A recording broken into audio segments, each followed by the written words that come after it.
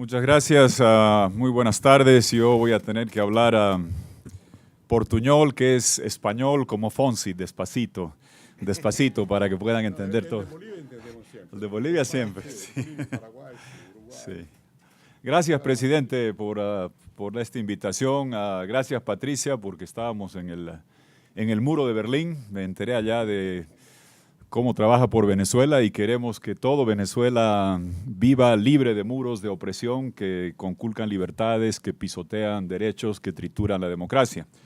Y es un privilegio particular compartir con el presidente Cardoso. Él sabe cuánto lo admiramos. Es el sudamericano más grande, tengo que decir, de los últimos 30 años, por orgullo nacional, para no tocar a Víctor Paz Estenssoro, y quizá los venezolanos dirán en 50 años para dejar el camino a don Rómulo Betancourt, pero claramente es el estadista más grande contemporáneo que hemos tenido. Ustedes en Brasil podrán pasar juicio de valor, el mejor presidente brasileño para Bolivia de la historia, porque yo lo conocí cuando era ministro de Fazenda, hizo el Plan Real. Es un hombre sencillo, simple. Su libro se titula El presidente accidental. Semejante figura, imagínense, accidental. Hizo el Plan Real. Si hubiera sido de otro país, le hubiera puesto el Plan Cardoso, y ahí siguen los billetes durando, la economía estable, y hizo el gasoducto con Bolivia que transforma la economía de mi país. Un sueño de la Gran Brasil con Bolivia, viviendo de espaldas, que se crea un cordón umbilical, que es el gasoducto, que era el sueño de Cardoso, que se hace realidad, cuestionado porque era un país sin reservas con un país sin mercado desarrollado. Bolivia sin reservas, Brasil sin desarrollo, y resulta que aquí estamos, y sin saberlo el presidente Cardoso le ha hecho el gran favor a don Evo Morales, que se opuso al gasoducto, se opuso a las reservas, se opuso a los impuestos, y el 2014 vendió 6.500 millones de dólares de gas con altísima carga tributaria fiscal, llenándole las arcas, comprándole gran popularidad. Nunca le va a ser el monumento que merece, pero Bolivia nos fue bien con eso. Y como el próximo año hay mundial, también un consejo para los brasileños. Si quieren que les vaya bien, es Pelé en la cancha o Cardoso en el gobierno. Por si acaso. Pelé 58, 62, 70, 3 de 4, no está mal. Cardoso 94, 98, 2002, 2 campeonatos, un subcampeonato. No está mal. Entonces ya díganle a Neymar que ya saben cómo va mejor en el próximo mundial. Presidente, lo de Venezuela.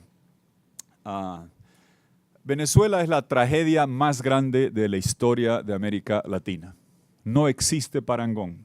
Nunca antes, jamás, en el país mejor dotado de las Américas, en la mejor coyuntura económica históricamente hablando, el siglo XXI con la década de la bonanza china. En Sudamérica todos somos chinos. Los chinos, con voracidad insaciable, han comprado materias primas sudamericanas a precios crecientes, en volúmenes ascendientes: hierro brasileño, cobre chileno, zinc, estaño, plomo, plata de Bolivia, petróleo venezolano, carbón colombiano, a precios cada vez más altos se llenan las alforjas. Y ahí viene la consolidación del proyecto más poderoso y dañino que hemos enfrentado como región, que viene de Venezuela. Al principio del mandato de Hugo Chávez, el proyecto se denominaba bolivariano, porque el petróleo estaba bajo y la ambición continental estaba limitada a los países andinos, de donde viene el gran Bolívar. Aquí está la diputada Manuela Bolívar, nombrada, pero Manuela debe saber, en Bolivia, en el himno de mi país, lo nombramos 2 veces a Bolívar. En Venezuela no lo nombra porque le debemos mucho. Ese proyecto bolivariano, cuando el petróleo sube, yo recuerdo que usted, presidente, en un foro decía: ¿cuál Chávez? ¿El que yo conocía de $10 el barril o de 140? Cuando sube el petróleo, sube la ambición. Y el petróleo bolivariano se vuelve socialismo siglo XXI, que coincide con la consolidación interna de Chávez, institucional, militar, petrolera. Una empresa corporativa estatal como PDVSA se privatiza y se vuelve dominio de un hombre. Y con el precio que va subiendo con la bonanza china, el proyecto crece, y como Bolívar no significaba mucho en Honduras, en Salvador, en Paraguay, en Uruguay, se vuelve socialismo XXI, Y la fecha en que despega el proyecto, o el año en que despega, es el 2003, porque impensadamente este proyecto logra encumbrar en el poder una pareja política en Argentina y el PT en Brasil. Y ahí adquiere dimensiones continentales y el liderazgo de este proyecto. Conforme pasan los años, mucho dinero petrolero, la producción va cayendo lentamente. Desde que tomó el poder Chávez, ahora la producción petrolera cayó a la mitad. Pero cuando el petróleo pasaba de 10 a 20, a 40, a 70, a 80, se maquillaba este descenso de la producción. El proyecto era poderoso, incumbran a Insulza en la OEA, manejan 22 de 34 democracias en el hemisferio, se apoderan de mi país el 2005-2006, ecléctico y pragmático, les servía cocaleros en Bolivia, obispos en Paraguay, doctores de economía en Ecuador, reliquias de la Guerra Fría en Nicaragua, como Ortega, muy pragmático en cómo va tomando el poder. Internamente, dentro de Venezuela, se destruye todos los medios de producción, confiscación tras expropiación, una tras de otra, cemento, hierro, comida, lo que fuese, y el país más rico se torna en un monoproductor petrolero, todo el resto es destrozado, confiscado, expropiado o sujeto a precios justos, que mientras había los dólares, pues funcionaba así este sistema que se va extendiendo. ¿Qué pasó en los últimos años? Para ir a la parte de cómo estamos económicamente, socialmente y políticamente en los últimos años. Chávez fallece, lo reemplaza el señor Maduro. Yo siempre digo, es diferente. Digo, señor Chávez, comunicacionalmente una poderosa mezcla de canal de noticias con canal de historia, canal de comedia, canal de música y con cadenas de televisión eternas. Digamos que el reemplazante es diferente. Chávez era habiloso. Cuando explicaba, obtenía aplauso. Tocaba corazones, brotaban lágrimas. Contaba cuentos, desataba risas. El reemplazante, cuando explica, saca risas. El llanto es cuando uno va al mercado y no hay qué comer, o a las madres de los chicos que marchan son reprimidos y asesinados en las calles y deben enterrarlos. Y el aplauso será cuando esté camino a una hamaca caliente en Cuba o una celda fría en La Haya. No veo otra forma de que lo obtenga. Y en estos años, fíjense lo que ha logrado el señor Maduro. En su gobierno la economía se ha contraído más del 40%.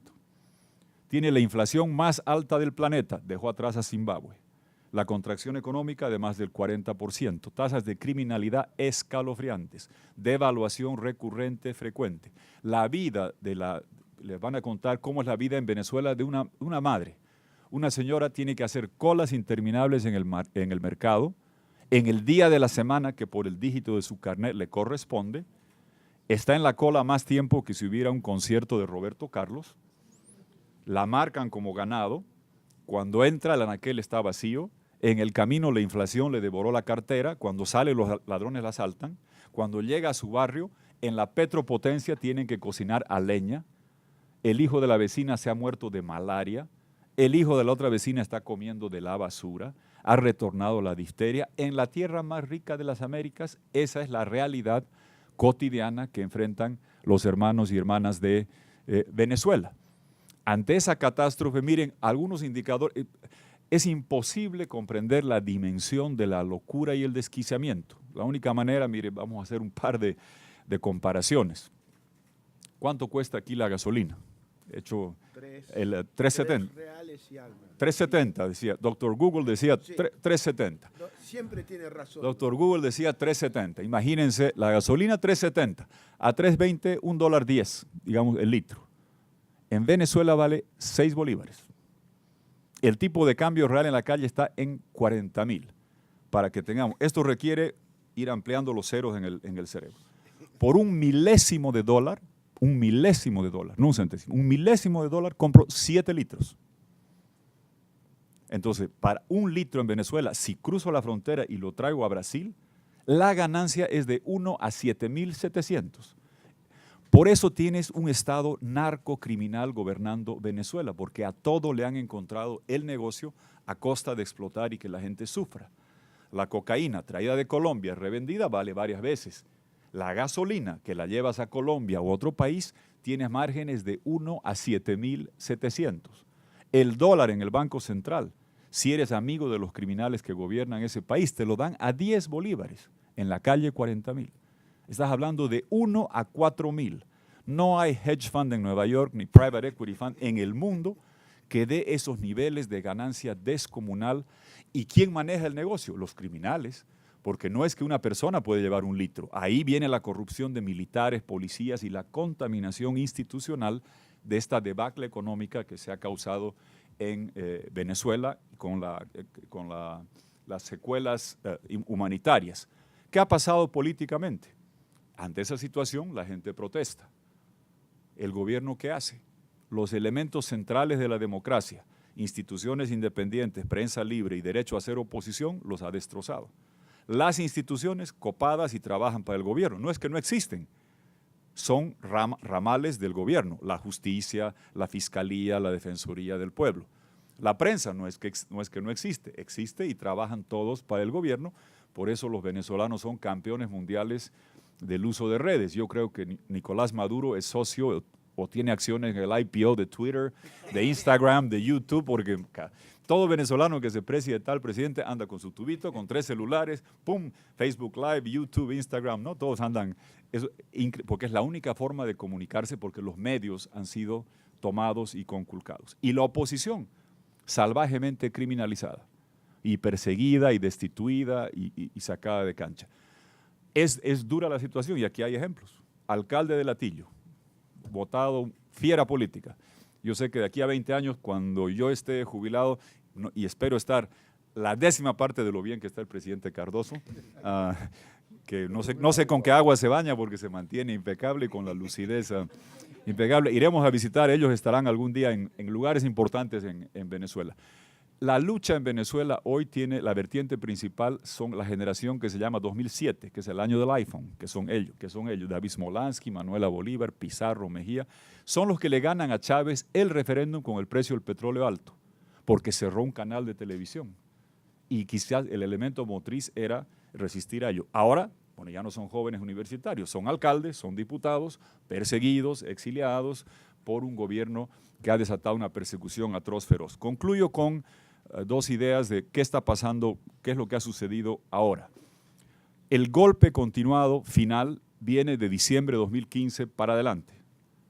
Estuvimos, presidente, ahí con varios amigos en diciembre de 2015. La oposición le ganó a Maduro apabullantemente el Congreso. Obtuvo 2/3 del Parlamento. Ustedes, yo he sido vicepresidente, el que preside el Congreso les puede decir que con mayoría se hace mucho, con 2/3 se cambia el sexo de los ángeles en un parlamento. Tiene una mayoría calificada, es un poder muy grande y lo teníamos. Ahí llega el golpe continuado en cámara lenta que tiene 3 fases. Primera, castrar el Congreso, copando la justicia. En Navidad 2015, el régimen se llevó de regalo el Poder Judicial con sus amigotes, que han fallado una y otra vez en contra del Congreso, que no podía legislar, fiscalizar, apropiar recursos, designar. Las prerrogativas clásicas de un Congreso fueron castradas por los jueces del gobierno. El segundo paso, cuando venía el revocatorio y las firmas, fue cancelar las elecciones, con un diálogo engañoso que lo que buscaba es desactivar la OEA, desinflar la calle, destruir Venezuela, y lograron, después de castrar el Congreso, cancelar los comicios, y ahora estamos en la fase 3, que es la terminal, que es la decisiva, que es el cadalso constituyente, que es la instauración de una segunda Cuba en pleno año 2017. Convocó Maduro a su asamblea constituyente con unas reglas tan ventajistas que basta para entenderlo de esta manera. Con 10% de la votación Maduro, en una quinta parte de municipios rurales, que el municipio pequeño tenía un representante y el municipio grande, opositor, tenía el mismo representante. Con 10% del voto, en municipios rurales agregados a los designados, hago mayoría. Alquimia dictatorial, así eligió su constituyente. Después llegó la elección regional, donde mostró todos los trucos del manual para hacer fraude imaginables.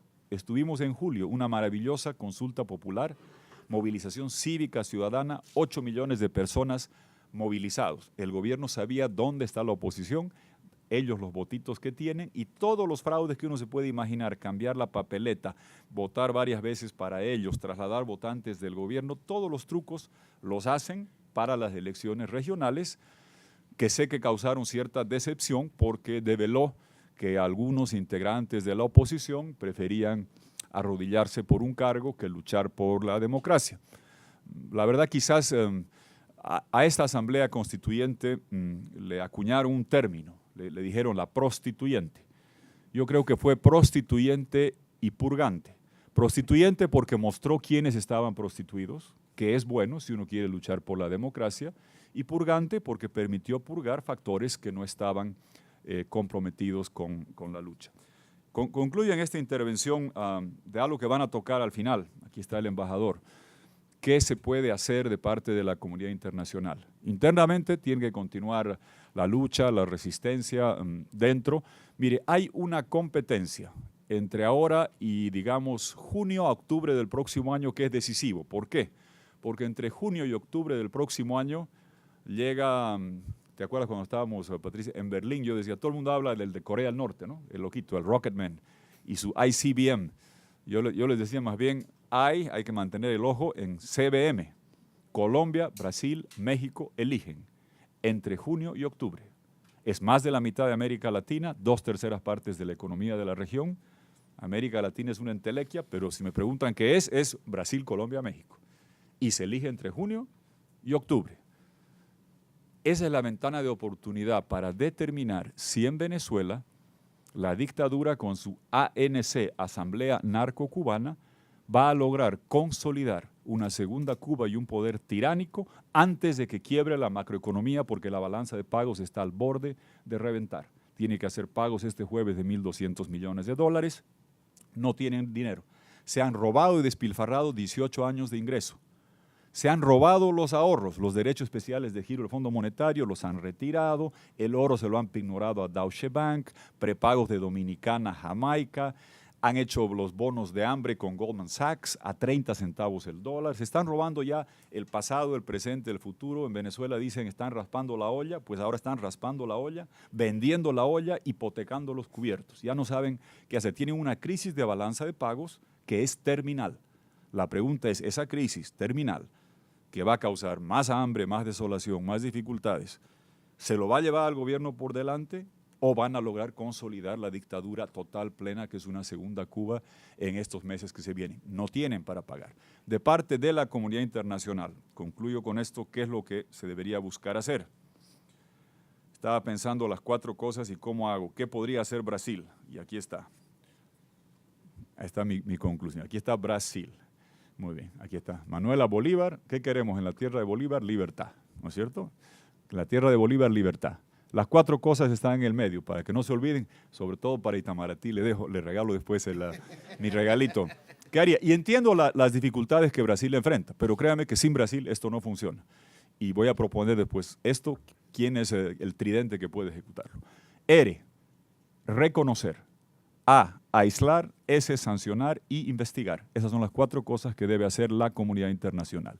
R, reconocer. Solo reconocer a lo que democráticamente es la institucionalidad respetada que tiene Venezuela, que es la Asamblea, que es Julio Borges, Freddy Guevara, la Asamblea, que son los jueces, presidente, que están en el exilio porque los están persiguiendo y están haciendo fallos. Han hecho fallos. Estuvimos con Luis Almagro el otro día en el Miami-Dade College. Están haciendo fallos. Hay la fiscal que está en el exilio. La fiscal ha venido acá, la han reconocido. Entonces, que todo, no solamente cancillerías, que las agrupaciones de ministerios públicos, que las agrupaciones de jueces, que las agrupaciones de cortes electorales solo reconozcan, o de parlamentarios, a la parte democrática que está representada en Venezuela por la Asamblea, por el Congreso, por el Parlamento, con los jueces, con fiscales y con corte electoral. Están pidiendo, Ledesma Sabe David ha pedido que se designe. Claro, el drama es si se designa presidente a alguien en Venezuela como vocal de la corte electoral de parte del Parlamento, porque todos los cargos están vencidos, si a esa persona la designa, la meten presa. Bueno, hay una gran comunidad de exiliados afuera, hay candidatos, aunque sea designémoslos a los que ya están afuera, pero que solo se reconozca a la parte del Congreso, de los jueces, de los fiscales que vengan con esencia democrática. La A de aislar, lo contrario para ellos, aislarlos de todos los espacios en que no se acepte una narcodictadura. Y yo pregunto, los hemos separado de Mercosur, ¿por qué los seguimos tolerando y aceptando en UNASUR? Vamos a ir a Buenos Aires. Yo soy más fogoso. El presidente va a hacer el discurso inaugural con Macri. Macri preside UNASUR. Preguntémosles por qué UNASUR sigue tolerando y aceptando una narcodictadura. Hay que aislarla en todos los lugares que se pueda. ¿Qué votos faltan para aplicar la Carta Democrática Interamericana? Aislarlos en el plano financiero. Deutsche Bank acaba de hacer este tongo de que es una venta de oro, pero era un oro en garantía, la han ejecutado. La diferencia, que toda institución financiera, Goldman Sachs, Deutsche Bank, sepa que las transacciones que están haciendo con un régimen que va a quedar aislado no van a ser reconocidas en ningún caso. Reconocer a la parte institucional, aislar al régimen en todos los frentes diplomáticos y demás. La S, sanciones. Las sanciones de las cuentas. Estos son criminales. No hay que tratar con ellos como un ministro que me cae bien o que es de izquierda o que es de derecha. Esto no es de derecha a izquierda, esto es de derecho y estos son ambidiestros. Con las dos manos roban y conculcan. Las sanciones, tienen cuentas en Miami, tienen casas en Madrid, tienen cosas en Panamá, Uruguay, España, todos juntos a caerles con las sanciones, todos juntos.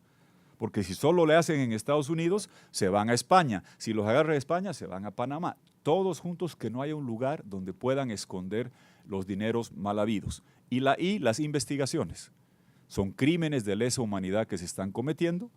Almagro, el ícono de la libertad, ha empezado a hacer audiencias para que se hagan investigaciones de crímenes de lesa humanidad con un grupo, Irving Cutler y gente personal, para que algún país diga, yo sí voy a La Haya a decir, vamos a hacer investigaciones de crímenes de lesa humanidad.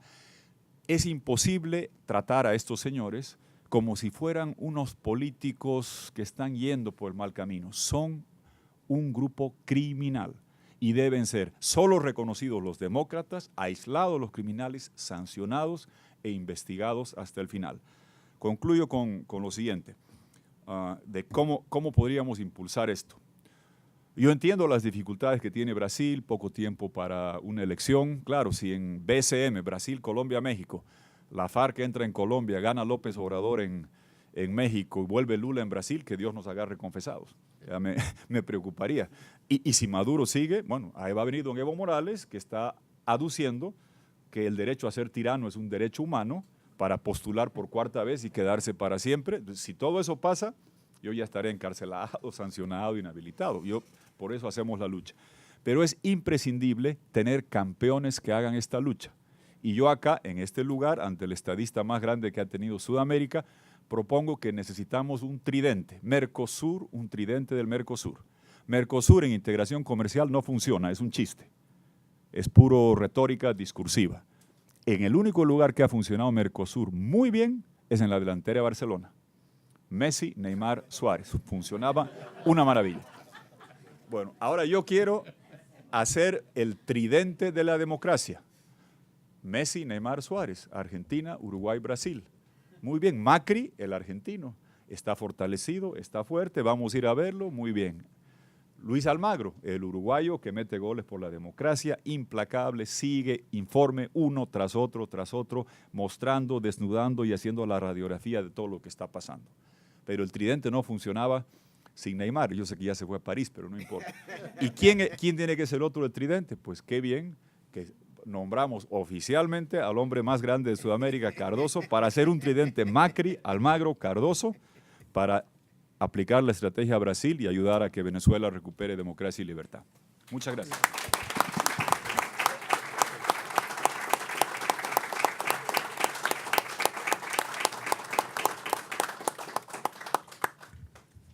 Bueno, no es necesario que yo diga lo que sentimos todos con la palabra de Quiroga. Lo del tridente hay que evaluarlo mejor, pero lo demás yo estoy totalmente de acuerdo y a lo mejor ahora que estaremos juntos en Buenos Aires se podría hacer algo más concreto y hablando no solamente con Macri, creo que también va a estar el presidente del Perú. Sí, sí, y ahí creo que es posible, y Almagro, sí. Quién sabe ahí se puede concretar algo más que es más duradero. Bueno, yo creo que según las reglas, ahora creo que Sergio asume el control, nosotros nos sentamos en otra parte y vamos a ser reemplazados. Nunca es bueno ser reemplazado, pero no hay nada que hacer. Llega el momento, hay que jubilarse. Vámonos. Gracias. Muito bem.